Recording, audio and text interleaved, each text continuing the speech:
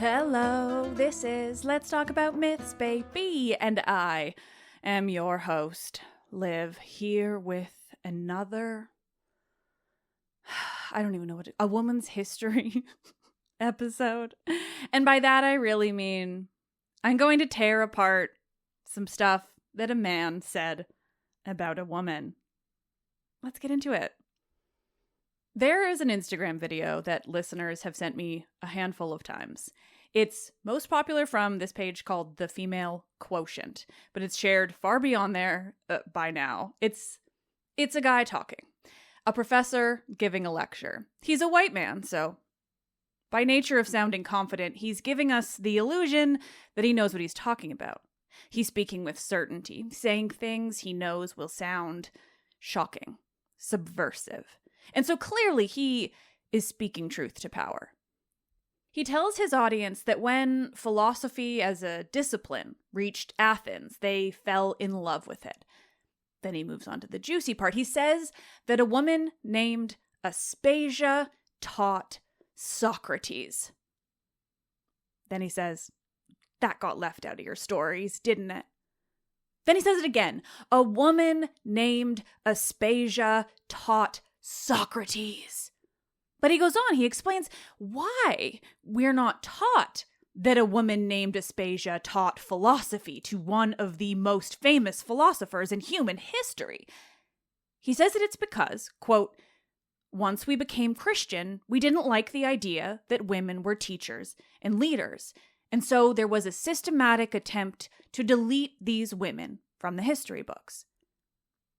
Then he says that when you look this up, you'll find the idea that Aspasia maybe wasn't even real.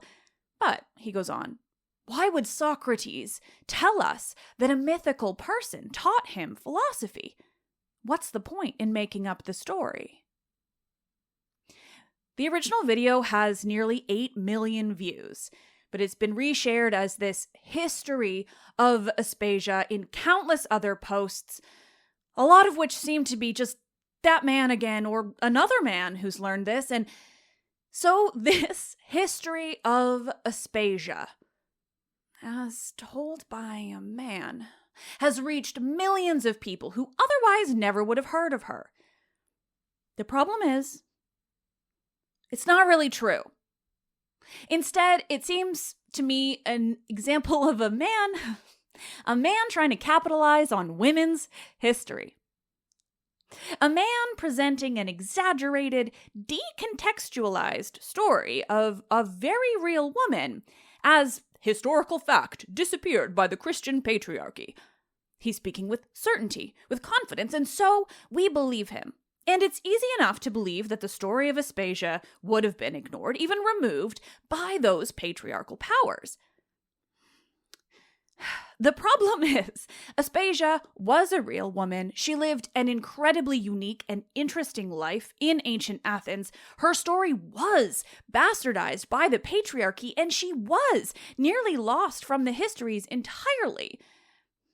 It just wasn't for the reasons this guy names, and the things he said about Socrates. Those claims also do a disservice not only to Aspasia, but to Socrates, and generally just understanding Greek history. One of the most important aspects of Aspasia's life was her career. She wasn't a teacher. She was a sex worker. But you won't hear the man in the clip say that because it wouldn't go along with his goals of presenting this flawless, brilliant woman erased by history. Mind you, this is a flawless, brilliant woman as seen through the eyes of a man. Because Aspasia wasn't flawless. She wasn't lauded as some kind of philosophical icon of the ancient world. She was not lauded in ancient Greece as a teacher of Socrates. Or at least, she wasn't in the way that he means. Aspasia was a sex worker. She was a woman who fought and achieved independence through her own hard work in a field that would have seen her marginalized by society at large. She was a woman who partnered with one of the most famous men in Western history, despite being a sex worker and without having to give up her independence.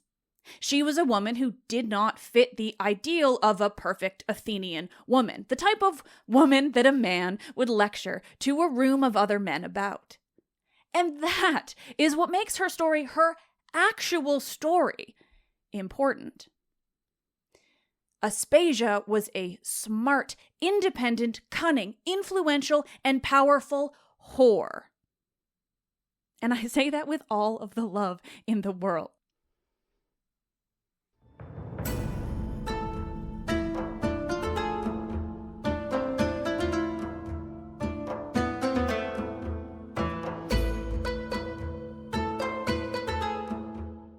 Whose stories are worth preserving? The myth of Aspasia, woman, politician, philosopher, whore.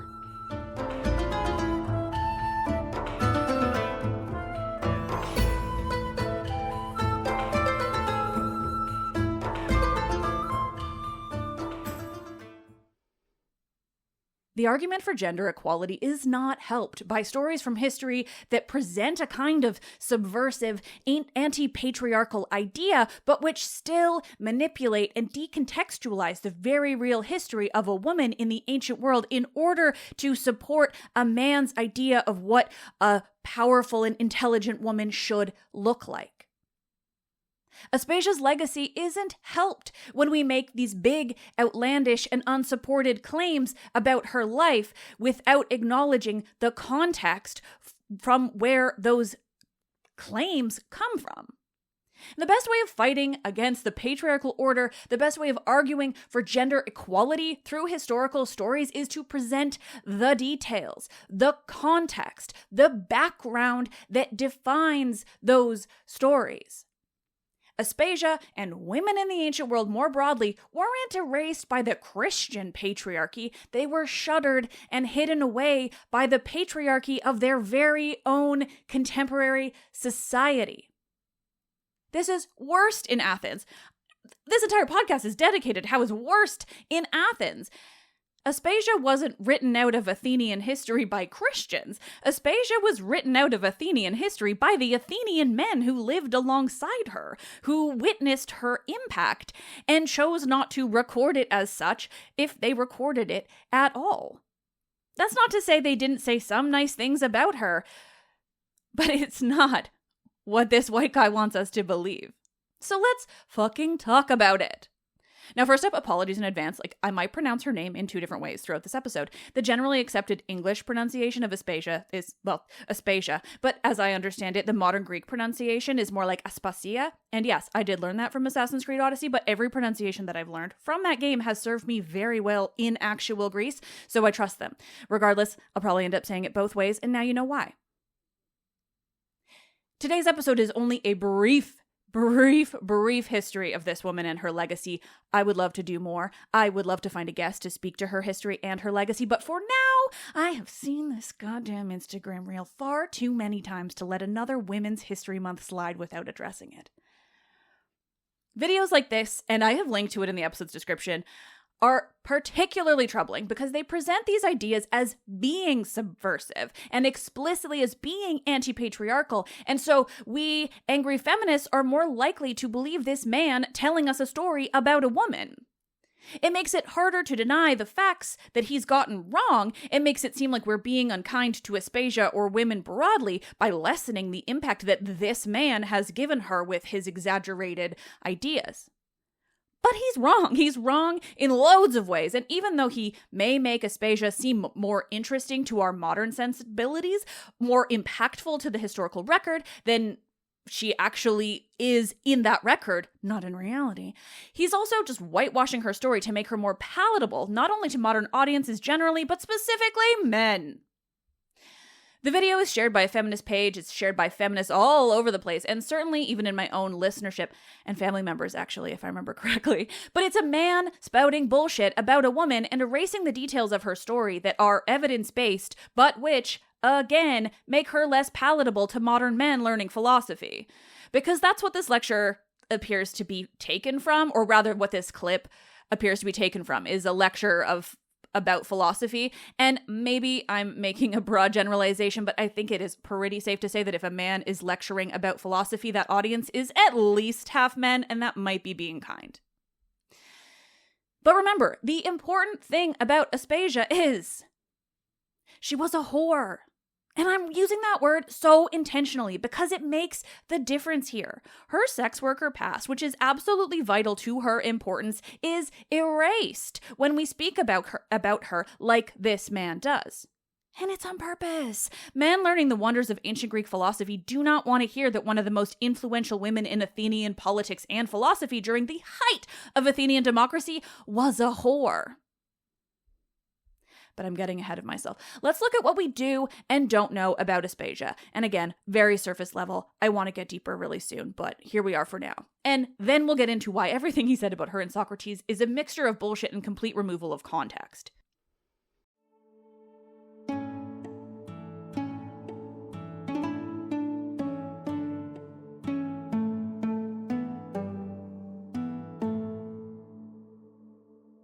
Aspasia was from Miletus, an eastern Greek city in what is now Turkey. She lived in the 5th century BCE. One of my sources, this article by Agata Ciempiel, I'm saying that absolutely horribly, I believe she's Polish. She says it beautifully, though, when speaking about whether or not there was anything new to write about Aspasia at the time she was writing this article. A woman who Aspasia, this woman who exists in sources, not as someone to be written about, but as someone who just happened to be around for the foundations of Athenian democracy and its most important leader, Pericles.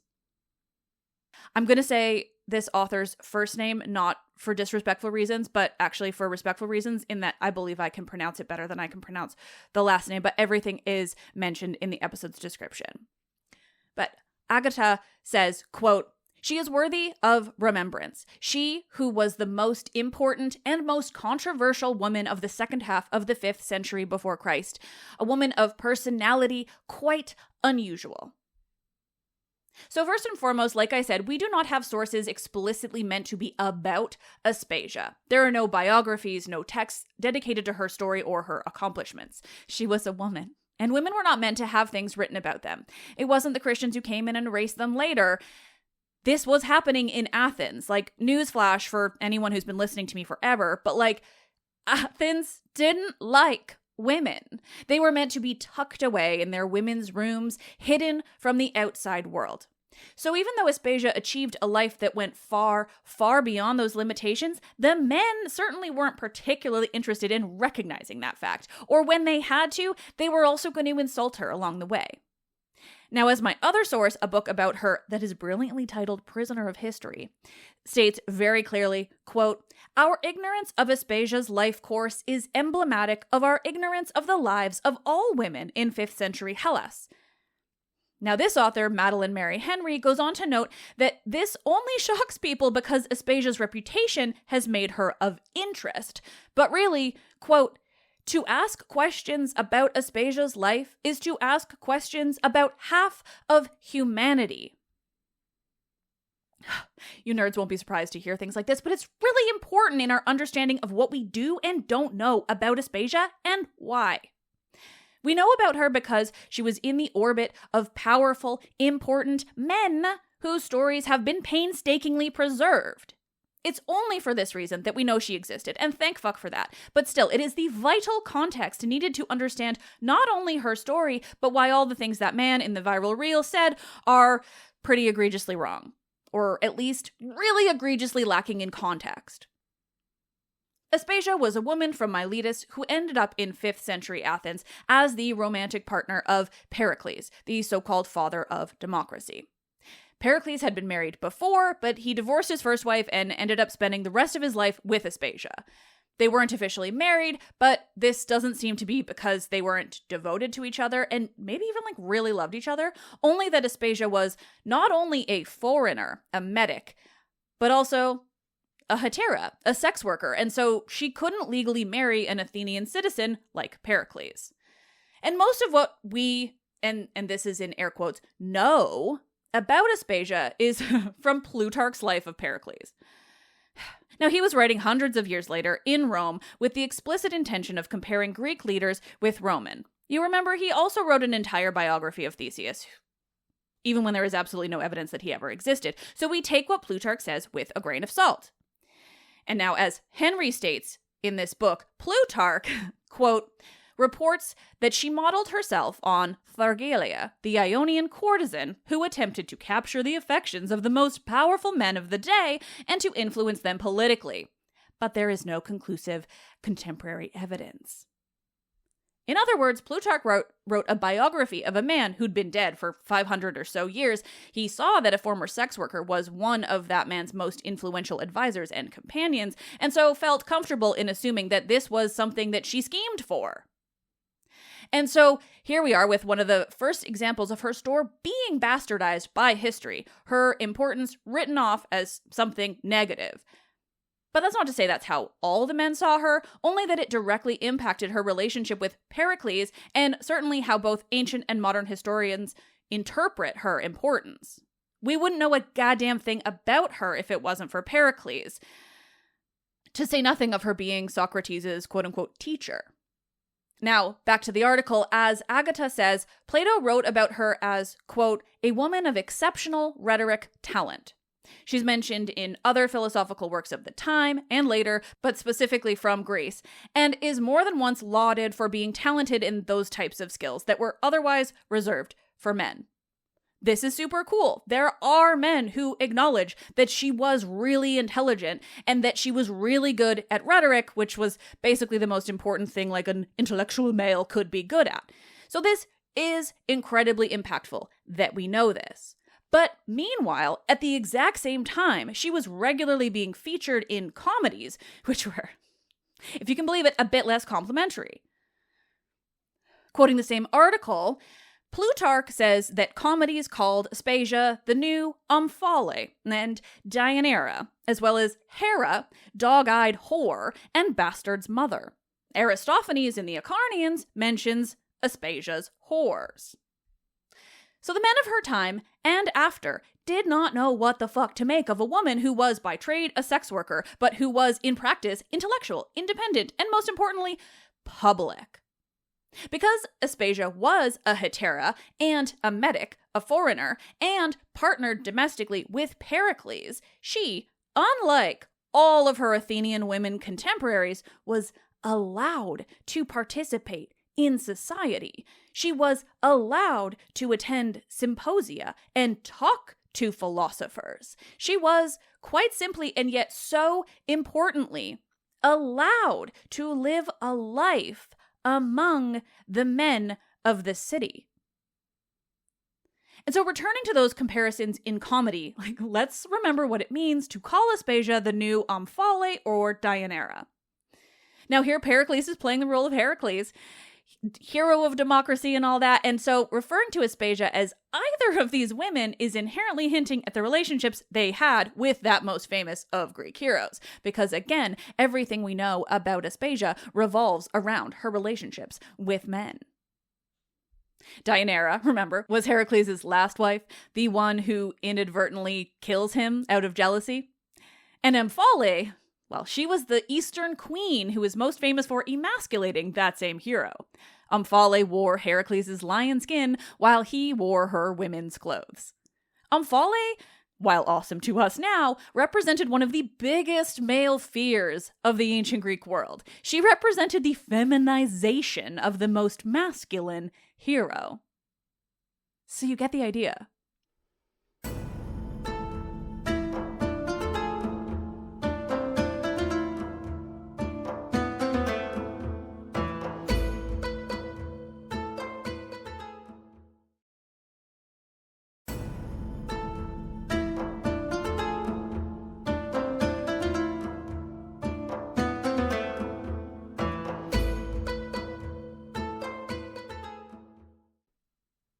Now, like I said earlier, I absolutely am going to revisit Aspasia because I'm only scratching the surface of these sources, let alone the woman herself. But today I mostly want to look at why it is damaging to speak about her in the way the man in this video does, even though it seems incredibly empowering and like a great fun fact ruined by the patriarchy. Those things exist. This is not, I mean, it is one of them, but not in the way he's saying. It's one of these instances, like I said, where it really feels empowering. It feels like a man standing up for women, for feminism. It feels like a man being an ally and spreading the word of this great woman lost to time. But the great woman lost to time, or at least the version that he tells, is equally this male invention. Aspasia, as we know her, is almost entirely a male invention. And that's not to say she didn't exist, but everything we know about her was based in the men around her. She was real, absolutely. But because every single thing we know, I'm repeating myself, but because every single thing we know or don't know about her is coming from men writing about her relationship with Pericles, and we'll get to it, but Socrates, it means that every single thing we know about her is colored not only by that relationship, but by countless other implications that come along with that. Like everything I've gone over so far. The way she was satirized in contemporary comedies for being this kind of manipulator of Pericles. The way she was referred to as this conniving woman who partnered with him out of some devious desire to control the father of democracy, and thus all the men of Athens who were permitted into that democracy. Let's remind ourselves, just briefly, what exactly is claimed in this viral video. This man, and I'm deliberately not naming him, but you can see his name quite clearly in the video that I have linked, tells his audience that when philosophy as a discipline reaches Athens, the Athenians fall in love with it, and that it was a woman named Aspasia who taught Socrates. That got left out of your stories, didn't it? He says, as though he's gotcha. Then remember, he says it again. He really wants to hammer this in. A woman named Aspasia taught Socrates. But he goes on, he says that the reason we're not taught that this woman named Aspasia taught philosophy to one of the most famous philosophers in human history is because, quote, once we became Christian, we didn't like the idea that women were teachers and leaders, and so there was a systemic attempt to delete these women from the history books. Then he says that when you look this up, you will find the idea that Aspasia maybe wasn't even real. But he goes on to say, why would Socrates tell us that a mythical person taught him philosophy? Like, what is the point in making up that story? The more I listen to it and retell it to you, the more nefarious it feels, so let's break this shit apart. The simplest, most important evidence that I have to tear this argument into shreds is there's no evidence for what he's saying. Socrates did not tell us that his teacher was a woman, and not because of misogyny or even the patriarchal structure of Athens that absolutely and very importantly existed long, long, long before Christianity, thank you very much, but for the simple fact that Socrates didn't tell us anything. Guys, honestly, it's hard to argue with this video because it's just so silly on its face to say that Socrates said anything, because he didn't. Not a single word of Socrates survives for us today. Socrates tells us, he didn't say rights. And that's because nothing written by Socrates exists today. Whoops. Now, has an ancient person said that Aspasia was Socrates' teacher? Yeah, absolutely. It wasn't Socrates. And the source that survives is from a comfortable 600 plus years after Aspasia lived. Could she have been Socrates' teacher? I mean, it depends on how we're defining teacher. Could she have taught Socrates? Absolutely. But to say it with complete certainty, as this kind of gotcha to the patriarchy, is to completely ignore the context of ancient Greek history and the way that sources survive and why. Plato wrote thousands of things about Socrates. He was fucking obsessed. But do we believe everything Plato wrote about Socrates?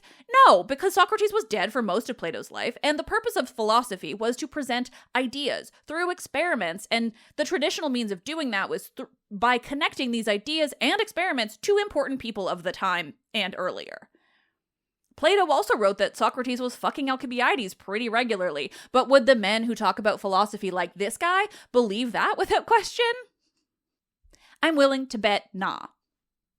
And it doesn't lessen Aspasia's importance to point this out. To believe that she, without question, was this teacher of Socrates is to ignore the society of classical Athens. It is to rewrite their political and societal structure into something that it wasn't. What is unkind to Aspasia and her legacy, and the legacy of all the women who ever lived in classical Athens, is to suggest that she would have been permitted to teach a man like Socrates. Would that have been cool? Obviously it would have been cool. It would have been really great if that happened and we know it. But to present this as fact is to ignore the fact that women were not seen as citizens, that they were not easily able to be educated, that they, unless the woman was a medic or a hetairai like Aspasia, were not even permitted to be out in the public. What Aspasia achieved was not something that was achievable for the majority of women. That is the reality. The context for why we know so little of Aspasia, or why she is this sort of ghost in the historical record, is not that she was erased by this Christian patriarchy that came around a millennia later. It's because she was not considered relevant enough to be recorded or lauded by the Athenian patriarchy in which she lived.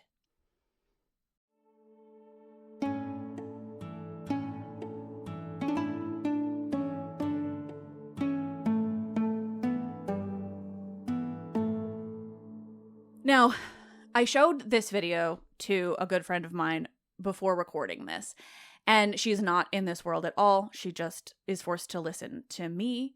And so I think that was the perfect kind of test case for what is the problem here, because she watched the video and she watched this man talking and she was like, this sounds great. I want to believe him. Like, what's the problem? And the problem is that when we talk about history in this way that ignores all of the context, all of the background as to why Aspasia does survive in the history books at all, or what it was like to be her, and all of the different things that contributed to her being able to become so rhetorically brilliant, to educate herself in a way that allowed her to be on a level where men listened to her, to ignore all of the context for how she achieved that in a world where she would have been considered nothing at all, it is to ignore the struggle of all of those women in the ancient world. To suggest that in the ancient Greek world, particularly in Athens, that women were teachers and leaders, and that it was the Christian patriarchy that came in and erased that, is to ignore all of the patriarchal history that comes from ancient Greece, and which then led and paved the way for the Christian patriarchy. It is to ignore the way that we know for a fact that women in Athens were not permitted to be teachers and leaders. And now, does that mean that Aspasia couldn't have taught anything to Socrates? No. Do I believe that these references that other philosophers made well after the fact that she was a teacher of Socrates, like, does that mean those comments are not believable or don't deserve any kind of critical analysis or acceptance of them as fact? Like, no. She absolutely could have taught Socrates, but there is an incredibly big difference between being his teacher and having had conversations with him which taught him something. That happened. The latter happened if it happened, but it would have happened because Aspasia almost certainly fought tooth and nail to be granted any kind of intellectual respect among the men. The reason she was allowed to speak with philosophers and any man in the Athenian political class was not even just because she was the domestic partner of Pericles, but because she was a hetera.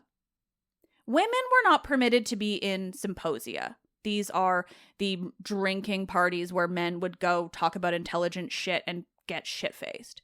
Women, as the Athenians saw women, were not permitted at those symposia. They were not permitted to be intellectual in any way.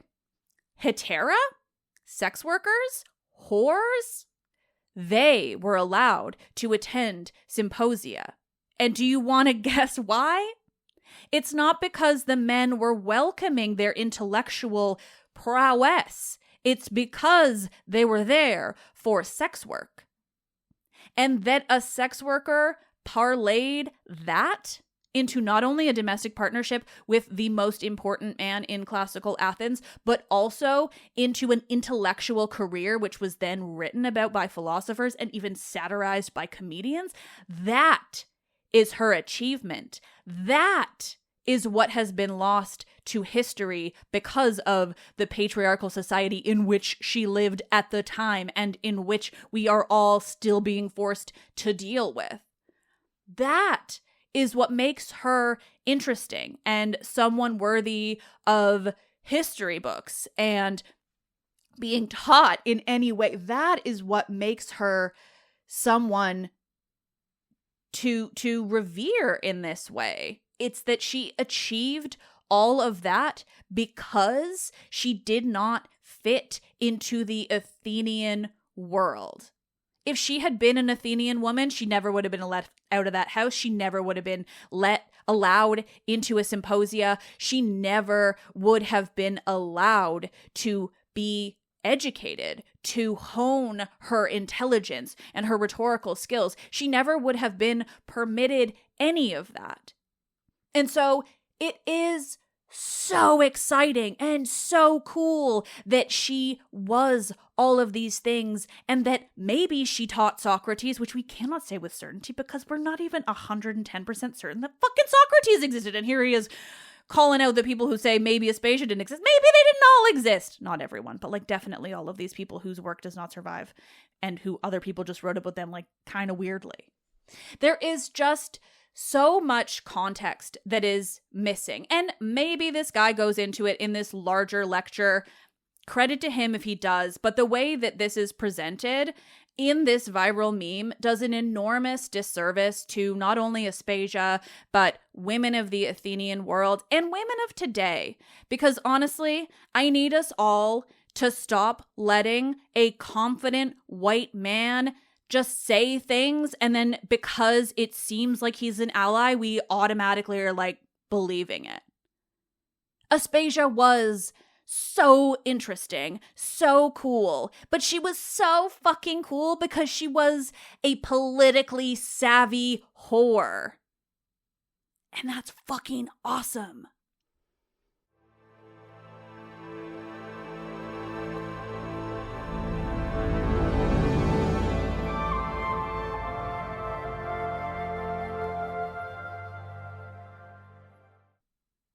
This was a weird episode to record. I really want to like find a way to I'm really technologically challenged. I really want to like more directly reply to this. It's been around forever now, but like honestly, search the word Aspasia on Instagram and it's literally just that in like so many different forms. And I am just so tired of us having to learn about women through the eyes of men.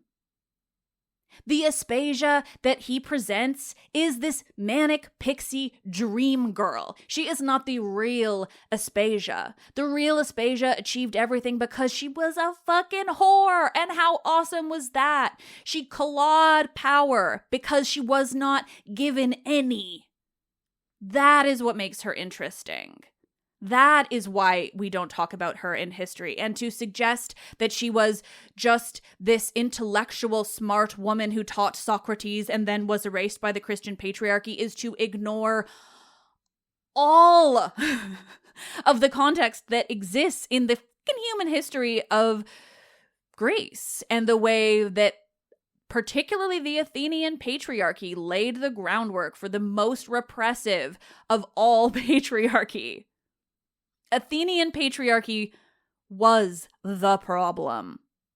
Aspasia was this really, really interesting woman who was just trying to exist within it, and who fortunately was able to become lauded for all of these things, and was able to achieve this political power that would be otherwise unimaginable. All of that is why we should be talking about her. And we need to know that context. Anyway, context and the way we are so often presented with these kinds of historical quote-unquote facts without any of the context that explains how we got here and fucking why is why I am doing this entire podcast, but also why I'm working on this memory collective project, which again, more soon as I figure it out. But my goal is to bring together everyone who is doing this work, the contextual work, the looking at why people say these things about women, why a woman like Aspasia has become this mythologized form where she is either insulted for being a whore and treated like she manipulated her way into power because she was a whore, or the fact that she was a hetera is completely ignored in favor of her being this ideal woman. I don't even know where that sentence started, but like that is what is missing, and what I am so interested in. Like, women are both.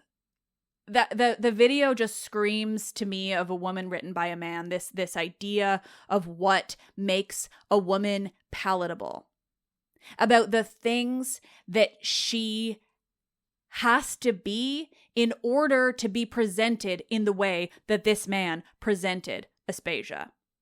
Because he couldn't have started that sentence, she was a whore, and that's why she was allowed to become Socrates' teacher. Let's Talk About Myths, Baby is written and produced by me, Liv Albert. Michaela Pangawish is the Hermes to my Olympians, my incredible producer.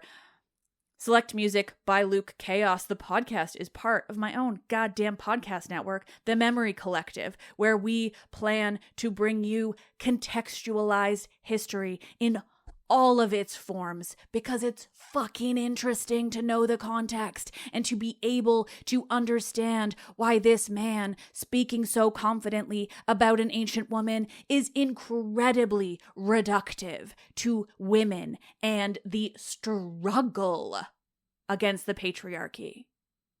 A woman does not need to be a Penelope in order for her to be respected, and for her to be as intelligent and rhetorically brilliant as Aspasia seems to have been. She does not need to be a perfect moral specimen. She just needs to be fucking human. I don't know how I'm wrapping this up. I needed to talk about her. Sign up for the newsletter, mythsbaby.com/newsletter. I'm really working on releasing a big one because there are so many announcements coming. Like, it's wild.